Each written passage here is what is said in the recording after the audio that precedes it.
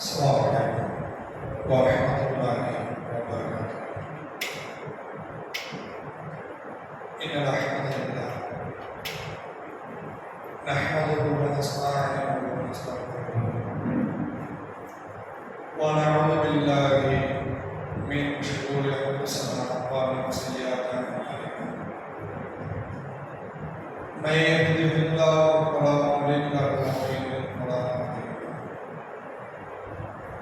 أشهد أن لا إله إلا الله وحده لا شريك له وأشهد أن محمدا عبده ورسوله. يا أيها الناس اتقوا ربكم الذي خلقكم من نفس واحدة وخلق منها زوجها وبث منهما رجالا كثيرا ونساء واتقوا الله الذي تساءلون به والأرحام إن الله كان عليكم رقيبا. يا أيها الذين آمنوا اتقوا الله حق تقاته ولا تموتن إلا وأنتم مسلمون. يا أيها الذين آمنوا اتقوا الله وقولوا قولا سديدا يصلح لكم أعمالكم ويغفر لكم ذنوبكم ومن يطع الله ورسوله فقد فاز فوزا عظيما. கணியத்திற்குரிய எல்லா தமிழ்நாடு தஞ்சை வடக்கு மாவட்டம் மேலக்காவலை ஒன்றின் சார்பாக பாராந்திர உள்ளரங்கு நிகழ்ச்சிக்கு ஏற்பாடு செய்திருந்தார். அந்த உள்ளரங்கு நிகழ்ச்சியில் ஒரு தலைப்பை தேர்வு செய்து தொடராக மக்களுக்கு செய்திகளை கொண்டு செல்ல வேண்டும் என்பதற்காக சில தலைப்பின் மூலமாக மக்களுக்கு சில செய்திகளை பதிவு செய்யக்கூடியவராக இருக்கிறார்கள். அதில் ஒன்றாக இந்த வாரம் முதல் சூரத்து யாசீன் அந்த சூறாவுடைய சாராம்சம், அந்த வசனத்தில் சூறாவில் சொல்லக்கூடிய வசனங்கள் என்னென்ன, அந்த வசனத்தின் மூலமாக நமக்கு கிடைக்கக்கூடிய படிப்பினை என்ன என்பதை பார்ப்பதற்காக ஆரம்பம் செய்யும். அல்லாஹ் தஆலா மனித சமுதாயத்தை நேர்வழிப்படுத்த வேண்டும் என்பதற்காக மனிதனிடமிருந்து ஒரு இறை தூதரை இறைவன் அனுப்பியுள்ளார். அந்த இறை தூதருக்கு இறை செய்திகளை கொண்டு வர வேண்டும், அந்த இறை செய்திகளை மக்களுக்கு எத்தி வைக்க வேண்டும் என்பதற்காக தன்னுடைய சொல்லாய் இருக்கக்கூடிய இந்த திருக்குர்ஆனை அல்லாஹ் தஆலா அருளியுள்ளார். இந்த திருக்குர்ஆனை எடுத்து நாம் படித்து பார்க்கும் பொழுது அந்த ஆரம்பத்திலிருந்து இறுதி வரை ஒவ்வொரு வசனத்திலையும் இறைவன் பல்வேறு படிப்பினைகளை நமக்கு வழங்குகிறார்.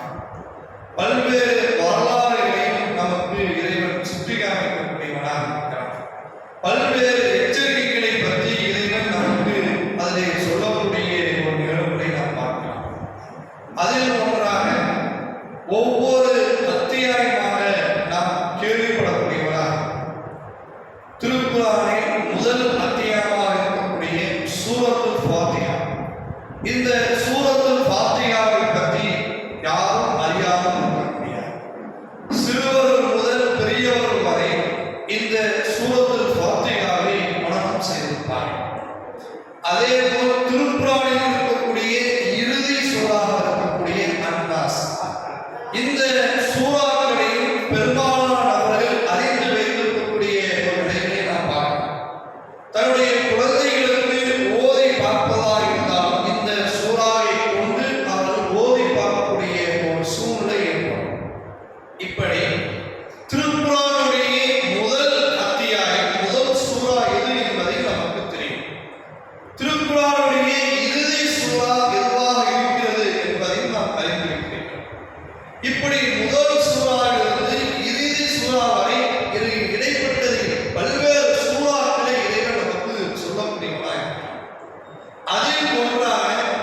36வது அத்தியாயத்தில் வரக்கூடிய ஒரு சூரா சூரத்துல் யாசின். இந்த சூரத்துல் யாசின், இந்த சூறாவை பற்றி பெரும்பாலான நபர்கள் எப்பொழுது எந்த நேரத்தில் விலகி வைத்திருப்பார் என்றால், ஒரு மனிதன் இறந்து விட்டால் அந்த மனிதனுடைய பக்கத்தில் அமர்ந்து சூரத்துல் யாசினை ஓத வேண்டும் என்று விலகி வைத்திருப்பார். அல்லது ஒரு மனிதன் புதியதாக வீடுகளை கட்டக்கூடியவனாக இருந்தால் அந்த புதியதாக வீடு கட்டக்கூடிய அந்த நபருடைய வீட்டில் ஒரு பக்கம் தனியாக திருக்குர்ஆன் ஓதப்படும், இன்னொரு பக்கம் தனியாக மௌலூது ஓதப்படும், இன்னொரு பக்கத்தில் சூரத்துல் யாசீன் அவர்கள் ஓதக்கூடியவராக இருப்பார். அல்லது நம்முடைய வியாபாரம் நாம் துவங்கும் பொழுது அல்லது வியாபாரத்தை நாம் நடைபெறக்கூடியவராக இருக்கும் பொழுது நம்முடைய கடைகளில் நமக்கு பின்னால் ஒரு ஃப்ரேம் போட்டு சூரத்துல் யாசீன் என்ற சூறாவை எழுதி மாட்டிருக்கக்கூடிய நிலையிலும் பார்க்கலாம். அல்லது நம்முடைய வீடுகளுக்கு முன்னால் சூரத்துல் யாசீன் என்ற சூறாவை சில நபர்கள் தொங்கவிட்ட வண்ணமாக இருக்கக்கூடிய ஒரு நிலையை நாம் பார்க்கலாம். இப்படி பல்வேறு வழிகளில் சூரத்துல் யாசீனை பயன்படுத்தக்கூடியவராக இருக்கிறார்.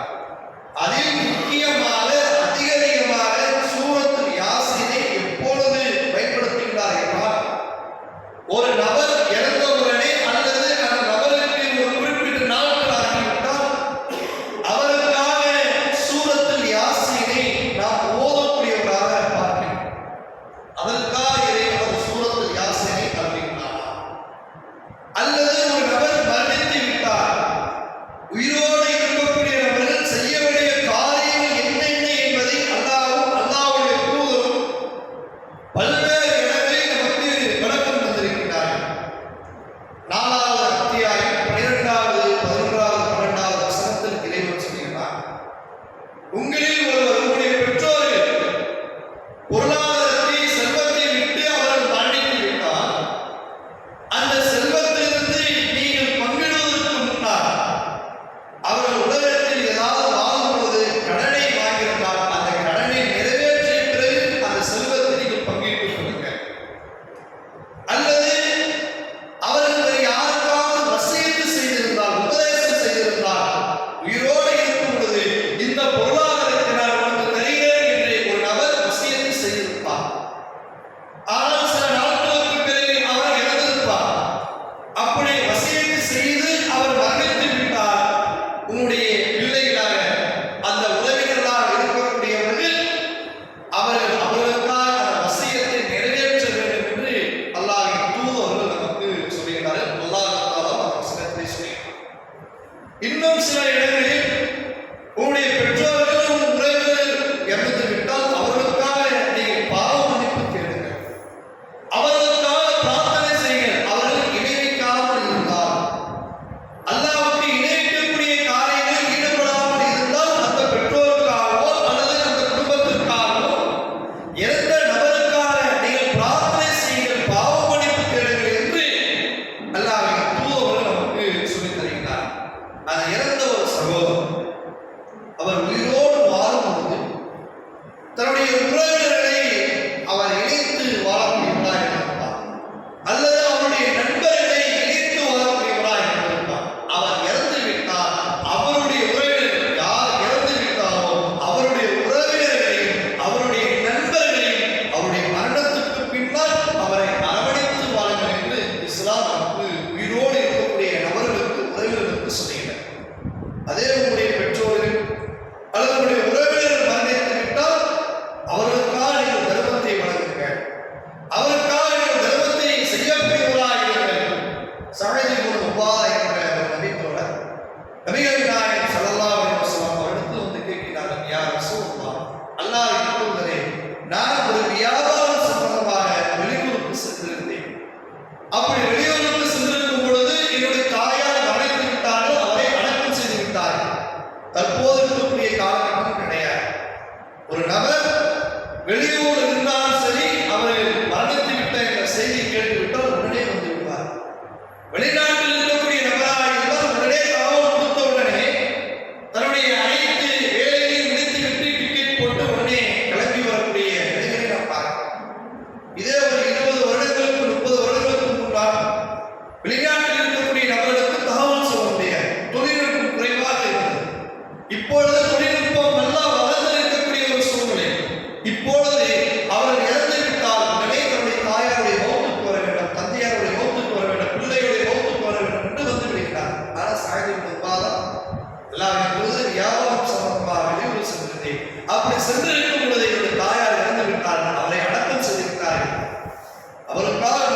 தர்மம் செய்வதற்கான இறைவனுடைய தர்மத்தை ஏற்றுக்கொள்வார். நபிகள் நாயகம் ஸல்லல்லாஹு அலைஹி வஸல்லம் அவர்கள் சொன்னார்கள், நாம் ஏற்றுக்கொள்வார். அல்லாஹ் அங்கீகரிப்பான். அல்லாஹ்வின் தூதரத்தை சஅத் உபாதா ரலியல்லாஹு அன்ஹு சொல்கிறார், யா ரசூலுல்லாஹ், என்னிடத்தில் இருக்கக்கூடிய உயர்தரமாக இருக்கக்கூடிய இந்த மிக்ராத் என்ற தோட்டத்தை உங்களுக்கு நான் தர்மத்தை வழங்குகிறேன். நீங்கள் அல்லாஹ்வுடைய பாதையில் தர்மத்தை வழங்குங்கள்.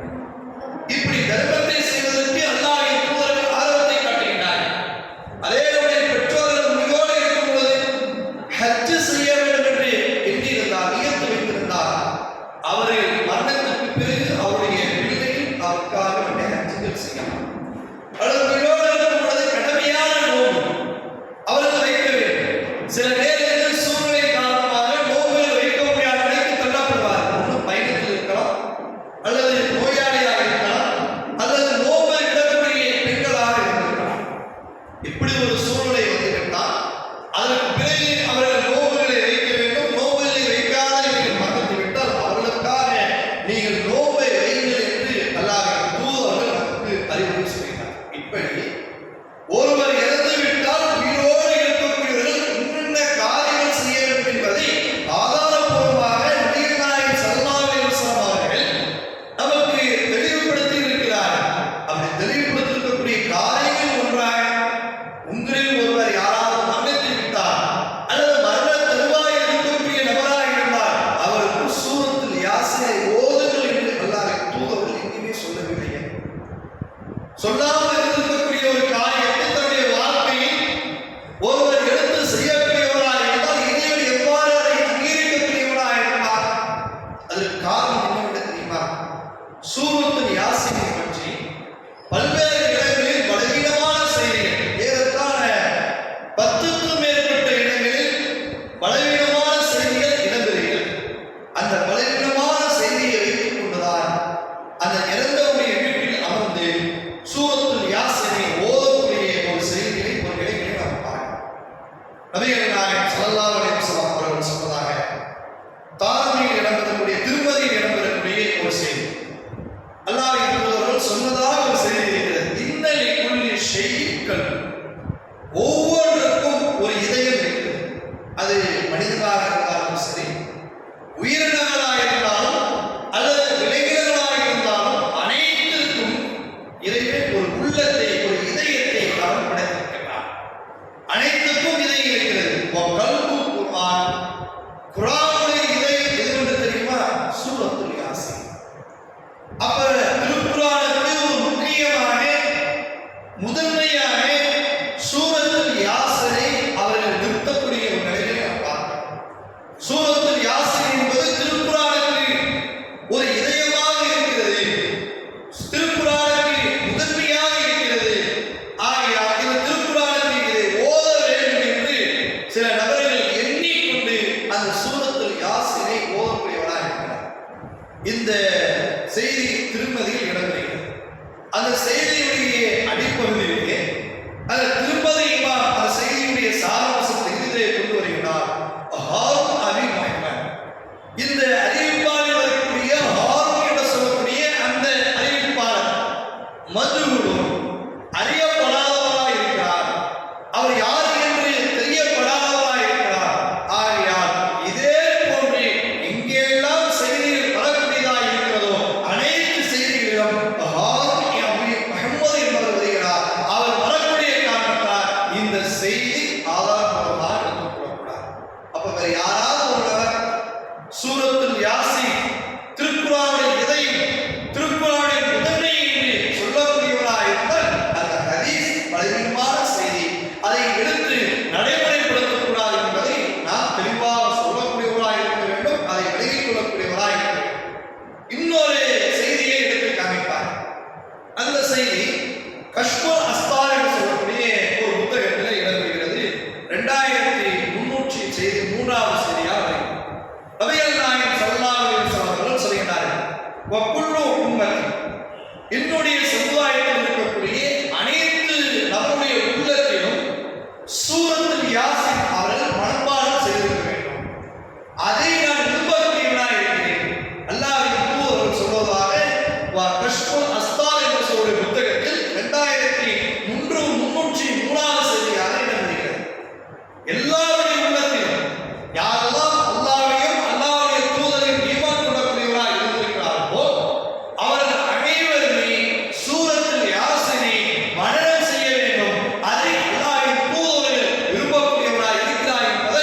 செய்தியாக சொல்லப்படுகிறது.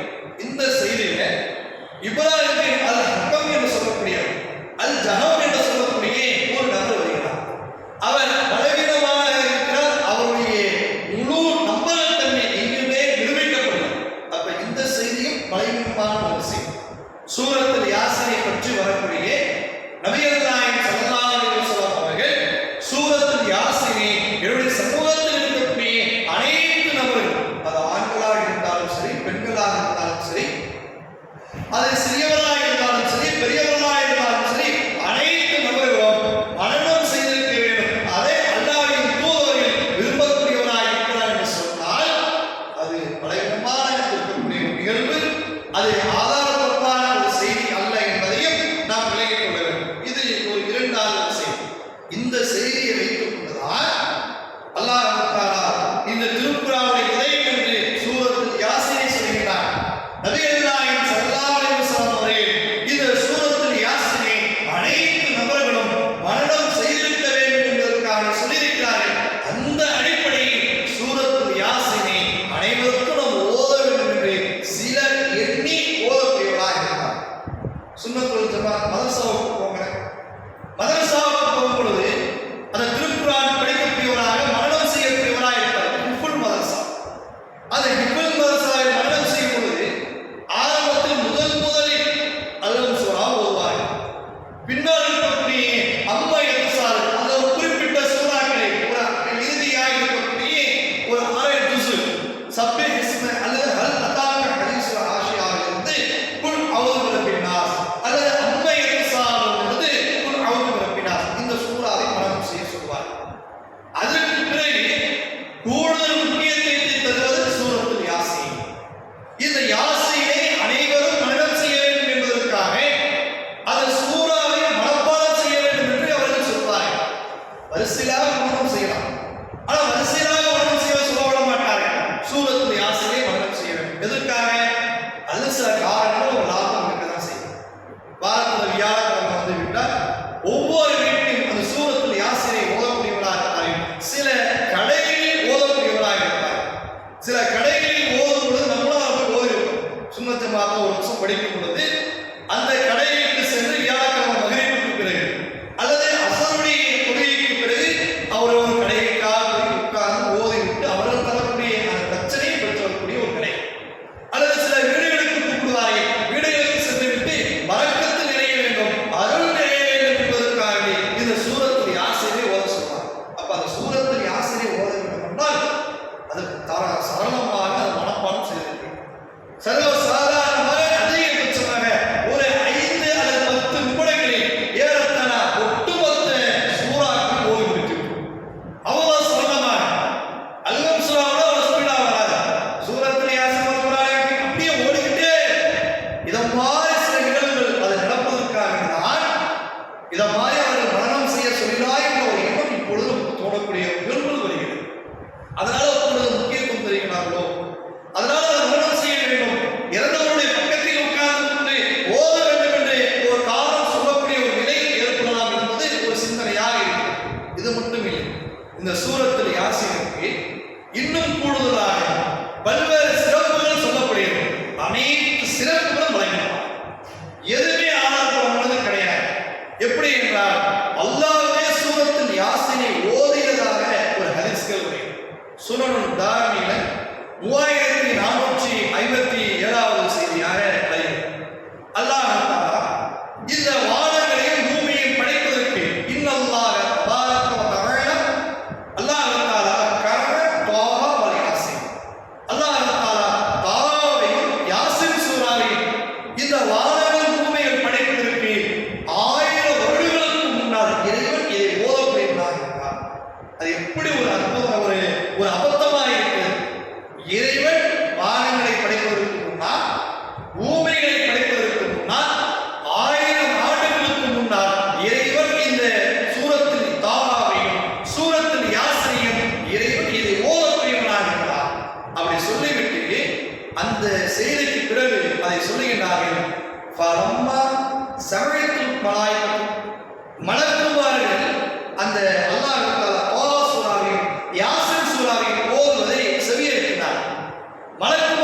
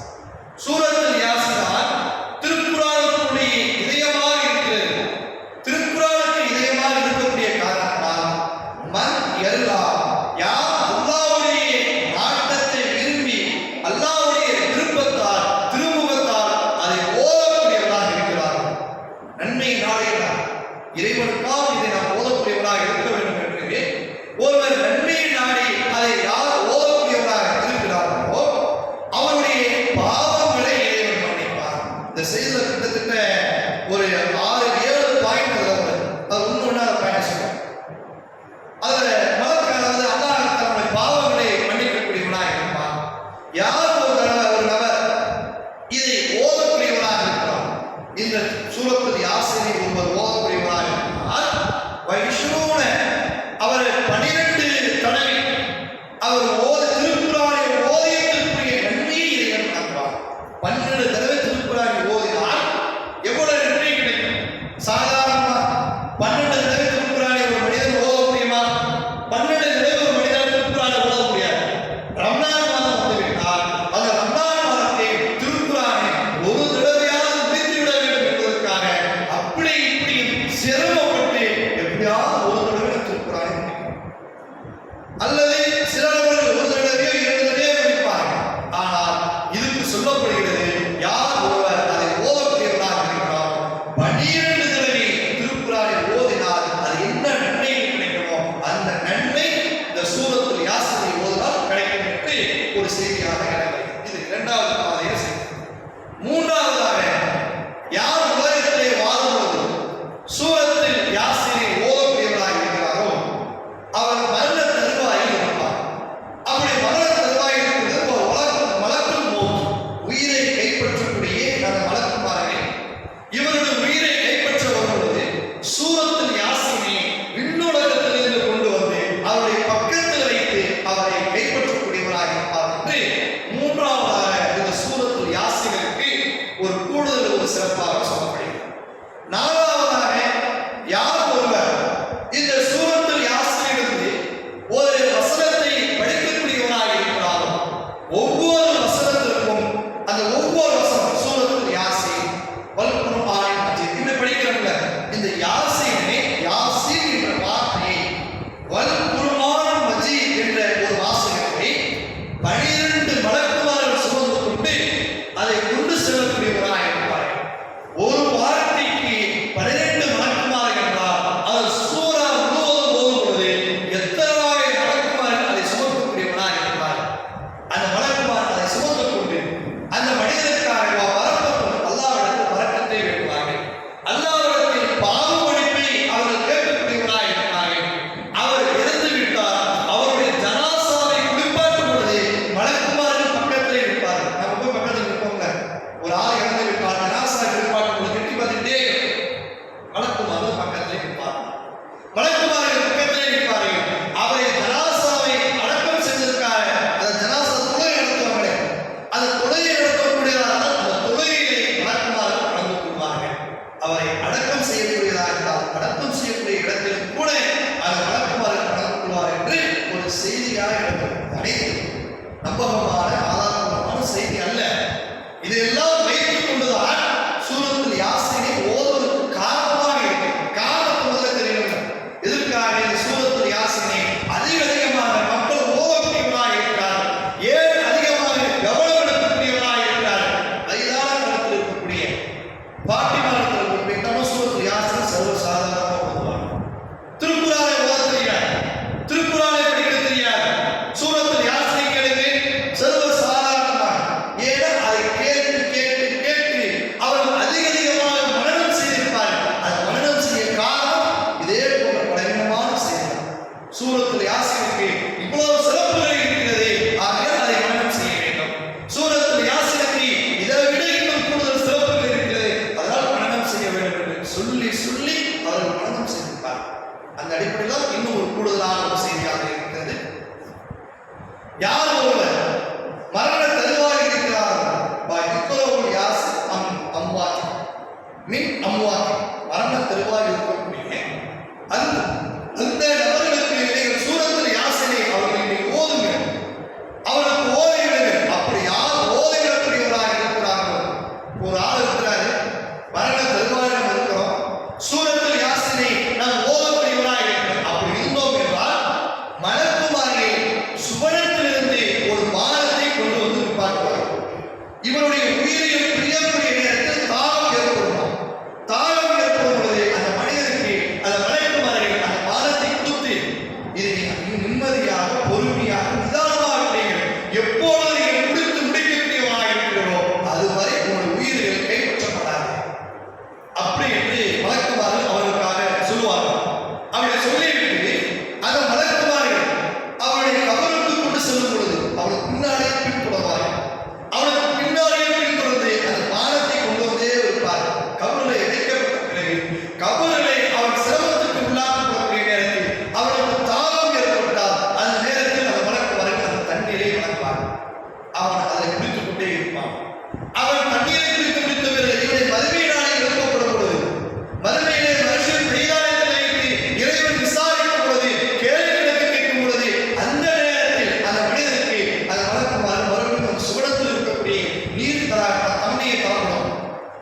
தண்ணீரை அவன் குடித்துவிட்டு அந்த மகச்சர் மைதானத்தில் அவன் நிம்மதியாக இருப்பான். அந்த நபிமார்களுக்கு என்று தனியாக ஒரு நீர் தடாகம் இருக்கும். அந்த தடாகத்திற்கு இவன் செல்ல வேண்டும் என்ற அவசியம் இருக்காது.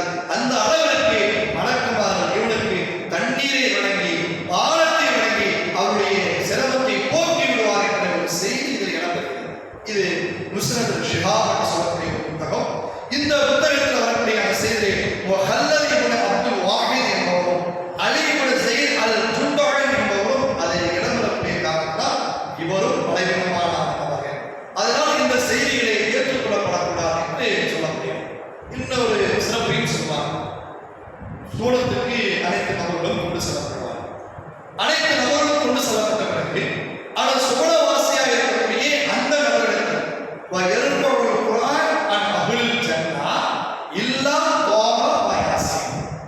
சொர்க்கவாசிகளிலிருந்து சூரத்துல் தாஹாவையும் சூரத்துல் யாசீனையும் தவிர அனைத்து வசனங்களையும் இறைவன் கைப்பற்றிக் கொள்வான். அந்த இரண்டு சூறாக்களையும் அவருடைய உள்ளத்திலே அந்த சுவரத்திலே இருந்து கொண்டே இருக்கும். ஆகியால் இதை மனனம் செய்கிறது ஒரு சிறப்பாக இதை சொல்லக்கூடிய ஒரு நிலைகள். அப்ப சூரத்துல் யாசீனுக்கு இறைவன் இவ்வளவு சிறப்பு தரக்கூடிய காரணத்தினால் இதை நம்ம மனனம் செய்யலாம் என்று சொல்லுவாங்க. அதுவும் பலவீனமான ஒரு செய்தி. அதில் ஷஹர் இப்னு ஹௌஷப் என்று சொல்லக்கூடிய ஒரு நபர் வருகிறார். இது அவருடைய சொந்த கூற்றுதானே தவிர அவர் நபித்தோழரும் கிடையாது. அவர் நபிகள் நாயகம் ஸல்லல்லாஹு அலைஹி வஸல்லம் அவரிடமிருந்து கேட்ட செய்தியும் கிடையாது. அவருடைய சொந்த கூற்றாக சொல்லக்கூடிய செய்தி, சொந்த கூற்றாக ஆத்மாவின் அடிப்படையில் யார் சொன்னாலும் அதை எடுத்துக்கொள்ளவே முடியாது. அவர் நபித்தோழரும் இல்லை என்பதையும் இதை நாம் விளங்கிக் கொள்ள வேண்டும். இது ஒரு செய்தியாக நாம் பதிவு செய்யணும். அதே போல மகிழ்ச்சி தரும் ஒரு அத்தியாயம் என்று சொல்லணும். அந்த சூரத்துல் யாசீனுக்கு ஒரு மனிதனுக்கு எப்பொழுது சிரமப்பட்டாலும் கவலைப்பட்டாலும் துன்பத்திற்கு உள்ளாக்கப்பட்டாலும் அந்த மனிதன் அதை ஓதக்கூடியவனாக இருந்தால் அது அவனுக்கு மன கவலையை போக்கும், அவருடைய மனதில் இருக்கக்கூடிய சிரமங்களை போக்கும் என்ற ஒரு செய்தி ஃபலாயிலுல் குர்ஆன் லி முஹம்மது இப்னு நரீஸ் என்று சொல்லக்கூடிய ஒரு புத்தகத்தில் இடம்பெறுகிறது. அந்த செய்தி எப்படி வருகிறதால் மன் கரகல் யாசீன், யார் ஒருவர் சூரத்துல் யாசீனை ஓதக்கூடியவராக இருக்கிறார் எப்பொழுது இதா அஸ்பஹ அவன் காலை நேரத்தில் அவன் ஓதக்கூடியவராக இருந்தால் மாலை வரை அவன் மகிழ்ச்சியில் சந்தோஷமாக இருப்பார். வா இதா அம்ஸஹ அவன் மாலை நேரத்தில் அவன் ஓதக்கூடியவராக இருந்தால் அடுத்த நாள் காலை வரை இரவு முழுவதும் அவன் மகிழ்ச்சியாக இருப்பார் என்ற ஒரு செய்தி ஃபலாயிலுல் குர்ஆன் முஹம்மது இப்னு பிஸ்ர் என்று சொல்லக்கூடிய ஒரு புத்தகத்தில் வருகிறது. இதுவும் ஆதாரபூர்வமான செய்தி கிடையாது. இதை நபிகள் நாயகம் ஸல்லல்லாஹு அலைஹி வஸல்லம் அவர்கள் அறிவிக்கவில்லை. யஹ்யா இப்னு அபீ கஸீர் என்று சொல்லக்கூடிய ஒரு நபர் அறிவித்தார். இவர் ஒரு நபித்தோழரும் கிடையாது. இவர் ஒரு தாவியுடைய ஒரு கூற்றை எடுத்துக்கொண்டு அதை நடைமுறைப்படுத்த முடியாது என்ற காரணத்தால் இதையும் நாம் விட்டுவிட வேண்டும். அதற்கு பிறகு இந்த சூரத்துல் யாசீனை அவர் ஓதக்கூடியவராக இருந்தார். அதன் மூலமாக முழு குர்ஆனை ஓதிய நன்மை ஒரு மனிதனுக்கு கிடைக்கும். ஒரு திருக்குர்ஆனை ஓதினால் என்ன நன்மை கிடைக்குமோ அந்த சூரத்துல் யாசீனை ஒரு நாளைக்கு ஒரு தடவை ஓதக்கூடியவராக இருந்தார். அது பல்வேறு செய்திகள் நமக்கு சொல்லப்படுகிறது. யாருடைய வீட்டில் சூரத்துல் பக்கராவில் இருக்கக்கூடிய இறுதி 2 வசனங்கள் ஆமன ரசூலு பிமா உன்சில இலைஹி மின் ரப்பிஹி வல் முஃமினூன் சொல்லக்கூடிய வசனம். இந்த இறுதி 2 வசனங்கள் 3 இரவுகளில் ஓதப்படாமல்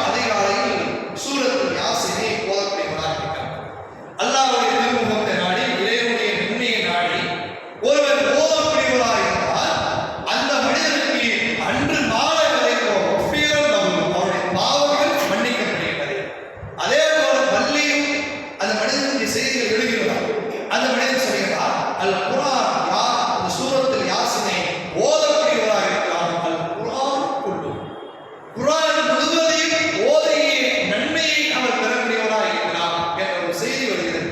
இந்த செய்தி ஹசன் பஸ்ரி என்று சொல்லக்கூடிய ஒரு நபர் அறிவிக்கிறார். அவர் யாருன்னா தாபி, நபி தோழர் கிடையாது. அபூ ஹுரைரா ரலியல்லாஹு அன்ஹு வந்து அறிவிப்பதான பல்வேறு செய்திகள் வரும். அபூ ஹுரைரா வந்து ஹசன் பஸ்ரி என்பவர் அறிவிப்பதாக பல்வேறு அறிவிப்புகள் இருக்கிறது. பல்வேறு அறிவிப்புகள் இருந்தாலும் இவர் அபூ ஹுரைரா ரலியல்லாஹு அன்ஹு வந்து நேரடியாக எந்த செய்தியும் கேட்கவில்லை. அபூ ஹுரைரா ரலியல்லாஹு அன்ஹுக்கும் ஹசன் என்ற அந்த நபர்களுக்கு மத்தியில் ஒரு நபர் விடுபட்டிருக்கிறார். முன்கத்தியும் சொல்வார், விடுபட்ட செய்தி. அப்படிப்பட்ட ஒரு செய்தியாக தான் இந்த செய்தியாக இருக்கிறது. அப்ப ஒரு நபர் ஒரு சூரத்துல் யாசீனை ஓதினால் திருக்குர்ஆனை முழுமையாக ஓதிய நன்மையை பெற முடியாது. அதுவும் பலவீனமான ஒரு செய்தி. அதே அறிவிப்புல இன்னொரு நபர் வருகிறார். அபுல் வலீத் மூசா பின் ஹாலித் என்பவர் வருகிறார். அவர் மஜ்ஹூலான யார் என்று அறியப்பட்டார். அதனால் அந்த செய்தியும் நாம் எடுத்துக்கொள்ளக்கூடாது. அப்ப ஒரு சூறாவை ஓதினால் முழு நன்மை கிடைக்காது என்பதை விளங்கிக் கொள்ள வேண்டும். அடுத்தது அதிலே இன்னொரு செய்தியாக சொல்வார். யார் சூரத்துல் யாசீனை ஓதுகிறாரோ அவருக்கு திருக்குர்ஆனை 10 தடவை ஓதி நன்மையும் கிடைக்கும். திருக்குர்ஆன் ஒரு தடவை 2 தடவை 10 தடவை யார் ஓதினாரோ அதனுடைய நன்மைகளை அவர் பெற்றுக்கொள்ளக்கூடியவராக இருக்கிறார். அதை சொல்லக்கூடிய ஒரு செய்தி சுனன் திருமதி 3129 செய்தியாக மன் கரன யாசீன், யார் யாசீனை ஓதக்கூடியவராக இருக்கிறாரோ தபல்லாஹு லஹு பிக்ராஅத்தில் கிராஅத்துல் குர்ஆன் அஷ்ரஃப் மராத்தீப், திருக்குர்ஆனை முழுமையாக ஓதிய 10 தடவை முழுமையாக ஓதி அவர் நன்மையை பெற்றுக்கொள்வார். இந்த செய்தியில் வரக்கூடியவர் ஹாரூன் இப்னு ஹாரூன் அபி முஹம்மத் என்பவர் வருகிறார். இவர் மஜ்ஹூலானவர். இவருடைய வரலாறு எதுவும் தெரியவில்லை. இவர் யார் என்று தெரியவில்லை. அவருடைய தந்தை யார் என்று தெரியவில்லை. எந்த ஊரிலே பிறந்தார், எத்தனை வருடங்களை வாழ்ந்தார், அவருடைய நிலைகள் என்னவென்று அறியப்படாத ஒரு காரணத்தால் இந்த செய்தியும் நாம் எடுத்துக் கொள்ளக்கூடாது. 10 குர்ஆனை ஓதிய நன்மை நமக்கு சிறிதளவு கிடைக்காது என்பதையும் நாம் விளங்கிக் கொள்ள வேண்டும். இது ஒரு செய்தி.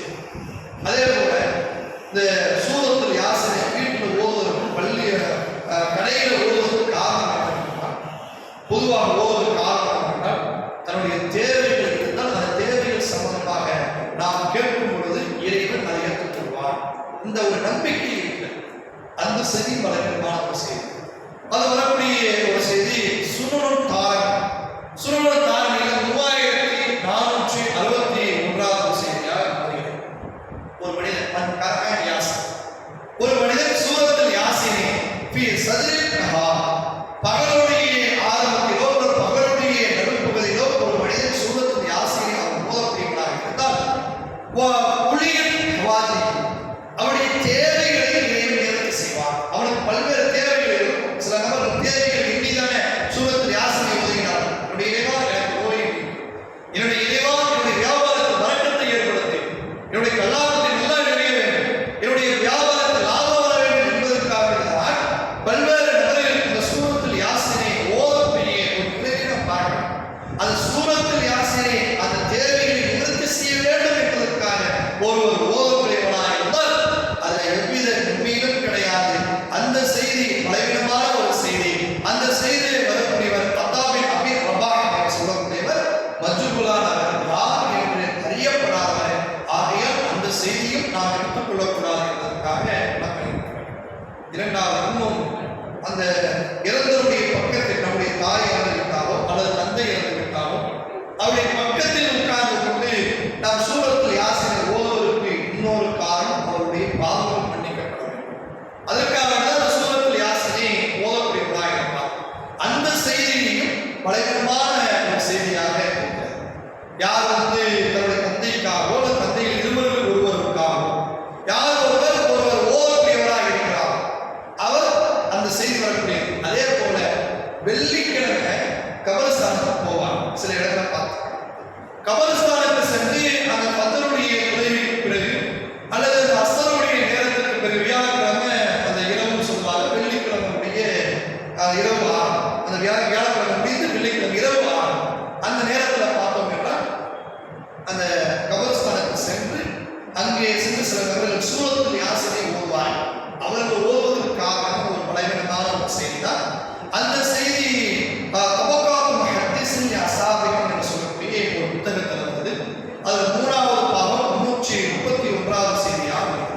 அது என்ன செய்தி வருகிறதுனா, மன் ஸார கபர, யார் ஒரு மனிதர் லி வாலிதிஹி யௌமில் ஜும்அத், தன்னுடைய பெற்றோர்கள் இருவருக்கோ அல்லது இருவரில் ஒருவர், 2 பேரும் மரணித்திருக்கலாம் அல்லது 2 நபர்களில் யாராவது ஒரு நபர் மரணித்திருக்கலாம். அப்படி மரணித்திருக்கும் பொழுது அவருடைய பக்கத்தில் இருந்து அந்த கபருக்கு சென்று அந்த கபரை சந்தித்து, அது வெள்ளிக்கிழமை என்று யார் சந்தித்து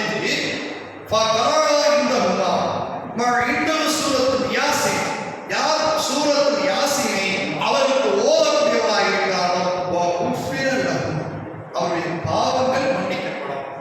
அவருடைய பாவங்கள் மன்னிக்கிறது மட்டும் கிடையாது, அவருடைய பெற்றோருடைய பாவம் மன்னிக்கிறது மட்டும் கிடையாது, அது ஒவ்வொரு எழுத்திற்கும் இறைவன் 10 நன்மைகளை தரக்கூடியவராக இருக்கிறார். அவர்களுக்காக அதை ஓதும் பொழுது 10 நன்மைகள் அதிகமாக சேர்க்கப்படுகிறது. அவருடைய பாவங்கள் மன்னிக்கப்படுகிறது என்ற செய்திகளை பதிவு செய்யப்படுகிற தபக்காத்து. அந்த செய்தி வரக்கூடிய அதில் வரக்கூடிய அம்ருபின் ஜியாத் என்பவர் பலவீனமாக இருக்கிற உண்டான ஒரு பொய்யன் என்று சொல்லணும். இவனமான ஒரு பையன் பக்கம்தான் அளவுக்கு அதிகமாக பொய் சொல்லக்கூடிய ஒரு நபர்.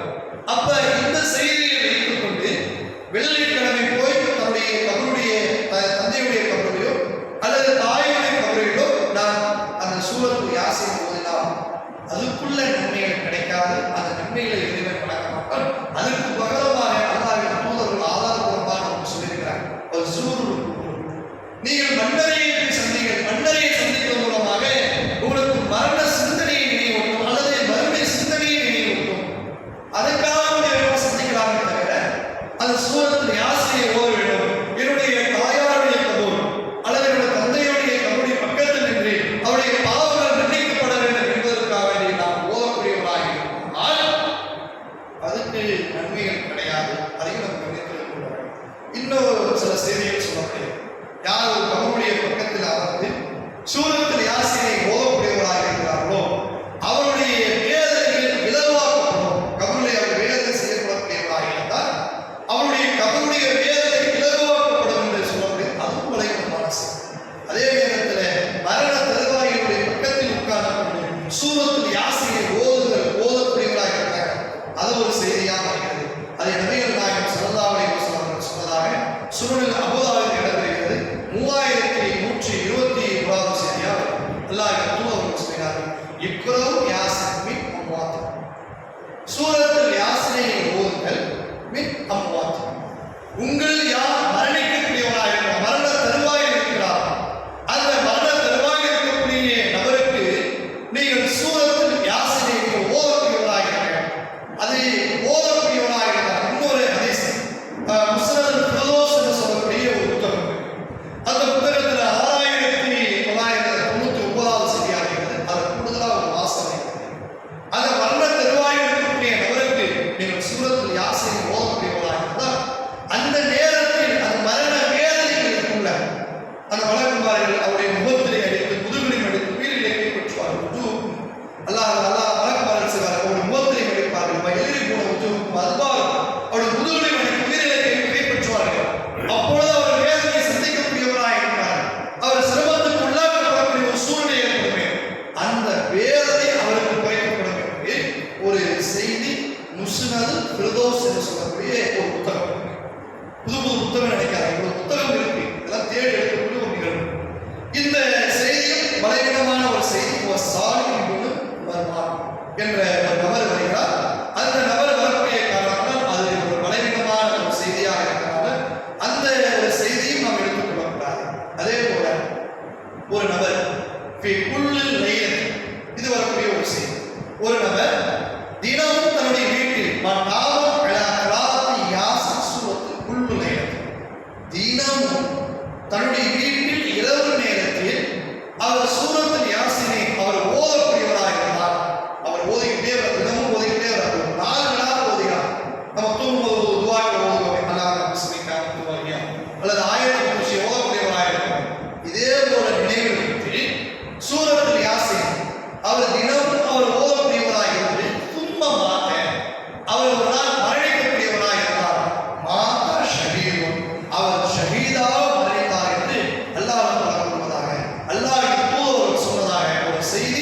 முஅஜம் ஸஹீஹ் என்று சொல்லக்கூடிய ஒரு புத்தகத்தில் இடம்பெறுகிறது.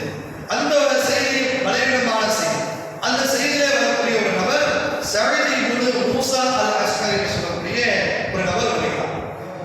சூரத்துல் யாசீனை ஓதக்கூடியதிலிருந்து தும்மமாக அவர் மரணிக்கக்கூடியவராக இருந்தால் மாதா ஷஹீத், அவர் ஷஹீதாக மறைத்தவராக ஷஹீதுடைய அந்தஸ்தை அவர் பெற முடியும் என்ற ஒரு செய்தி முஅஜம் கபீரில் இடம்பெறுகிறது.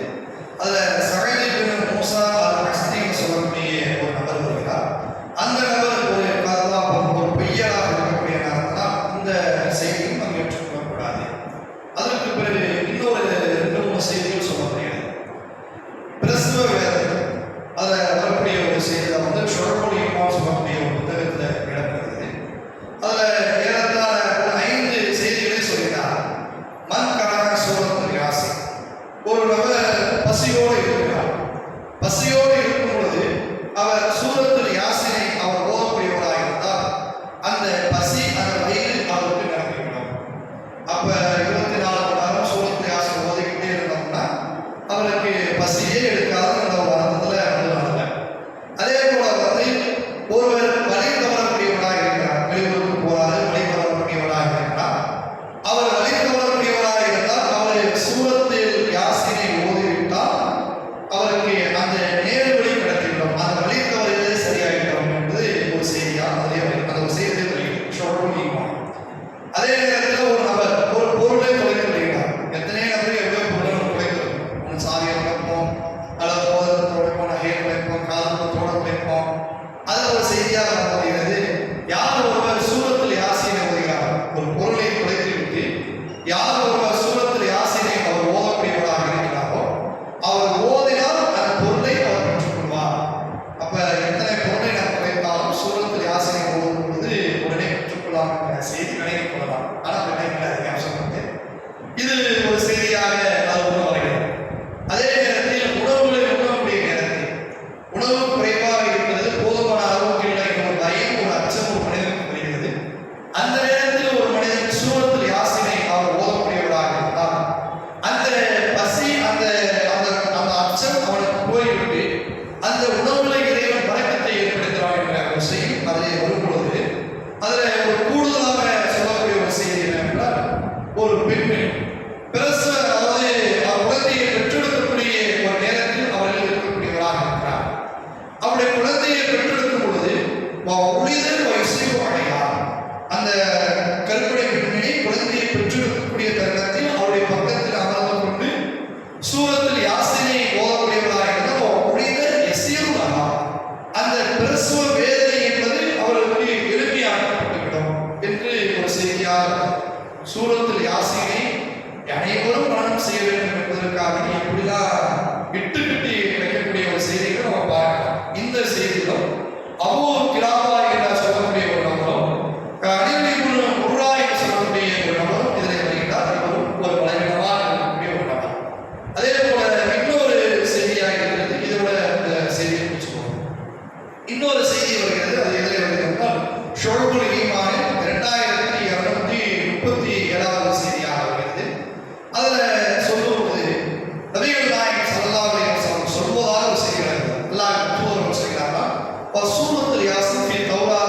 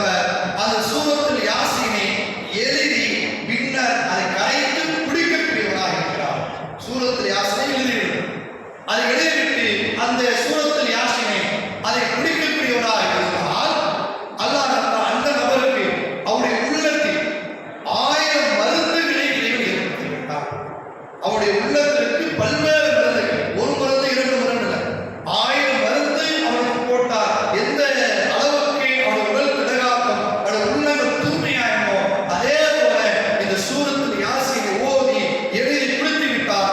1000 மருந்துகள் அவன் உள்ளத்தில் பதிவு செய்ததாக கருதப்படும். இரண்டாவதாக அதிலே சொல்லப்படுகிறது, 1000 ஒளியில் அவனுக்கு வழங்கப்படும், 1000 உறுதியில் அவனுக்கு வழங்கப்படும், 1000 வரக்கத்துகள் அவனுக்கு வழங்கப்படும், 1000 ரஹமத்துகள் அவனுக்கு வழங்கப்படும், 1000 நோயில் மோசடிகள் அவனை விட்டு நீக்கப்படும் என்று அல்லாஹ்வின் தூதர் சொல்றாங்க. ஷுஅபுல் ஈமான் என்ற புத்தகத்தில் 2237வது செய்தியாக இந்த செய்தியை பதிவு செய்த அந்த புத்தகத்துடைய ஆசிரியரை அதை கீழே அதை குறிப்பிட்டு சொல்கிறார். இந்த புத்தக இந்த செய்தியை வரக்கூடிய முஹம்மது இப்னு அப்துல் ரஹ்மான் என்பவர் ஒரு படைப்பாளர். அவர் சொல்லக்கூடிய செய்தியை ஏற்றுக்கொள்ளக்கூடாது, அங்கீகரிக்கக்கூடாது என்று சொல்லக்கூடிய செய்தி அது கீழே கிடக்கு. இப்படி சூரத்துல் யாசீனை எடுத்துக்கொண்டோம், பல்வேறு சிறப்புகள் சொல்லப்படுகிறது. பாவங்கள் மன்னிக்கப்படும், உங்களுடைய பெற்றோருடைய பாவங்கள் மன்னிக்கப்படும், கபருடைய வேதனைகள் குறைக்கப்படும். அது மட்டும் இல்லாமல் சூரத்துல் யாசீனை ஓதிவிட்டால் அவருடைய இதயத்திற்கு அவருடைய மருந்தாக அருளப்படும் என்று இப்படி பல்வேறு செய்திகள் சொல்லப்பட்டாலும் அனைத்து செய்திகளும் பலவீனமானது, எதுவும் ஆதாரபூர்வமானது கிடையாது. ஒவ்வொரு செய்திக்கும் யார் யாரும் பலவீனமான ஆட்கள், ஏன் பலவீனமாக சொல்லப்படுகிற செய்திகளை நாம் கிடைக்கும். அப்ப சூரத்துல் யாசீனுக்கு எந்த சிறப்பும் இல்லையா? எந்த சிறப்பும் அல்லாஹ் சொல்லவே.